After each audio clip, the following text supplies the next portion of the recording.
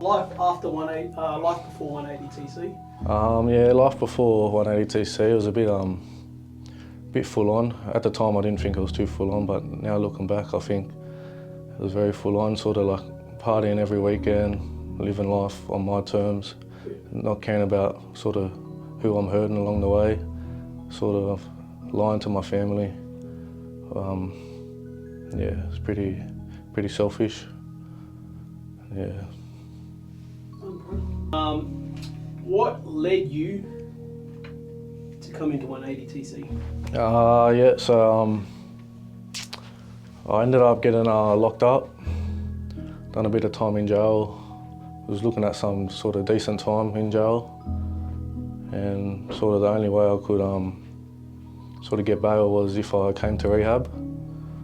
At the time I didn't think it was something I wanted to do, but I sort of spoke to my family, spoke to my lawyers, and decided it was the best thing for me at the time. So yeah, that's sort of what brought me here.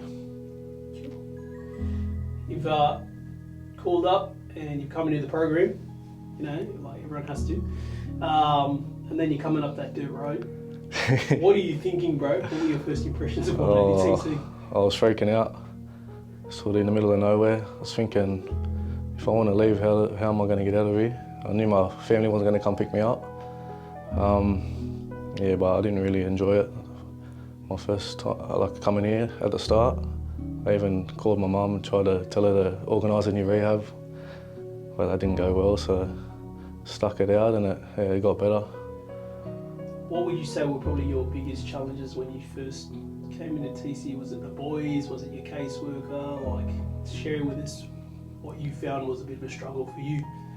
Yeah, I think my biggest struggle for me was sort of just changing from my old mindset, the way I deal with things, the way I sort of respond to things. That was a big challenge for me, sort of turning that all around.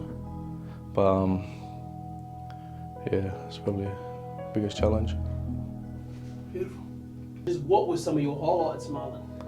Highlights, probably just all the beach days, fishing days with Tamana.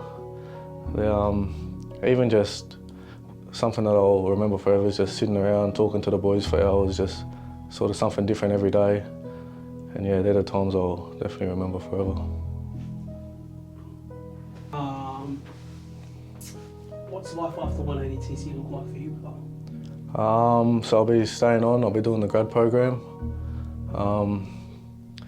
Go home, return home, sort of be that role model for my brother that I always wanted to be.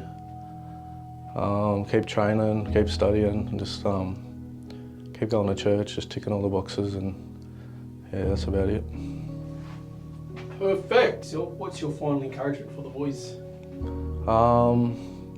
Yeah, final encouragement would be just 12 months might seem like a long time, but in the grand scheme of things, it's sort of it's a small price to pay to get everything back, get your family back, and everything else that comes with recovery. So just do your best to stick it out, and just yeah, you'll reap the rewards at the end. All right, Marlon, what has 180TC taught you about yourself? Yeah, 180TC has taught me that there's more to life than the materialistic things that I was chasing beforehand, and that I can live an honest and fulfilled life. And it's just sort of changed my perspective on life, and taught me to sort of be content with nothing. And yeah. What would you say has been the biggest lesson you've learned from Arnold, your caseworker? Biggest lesson from Arnie would be never compromise anything in your recovery. It's his favourite word.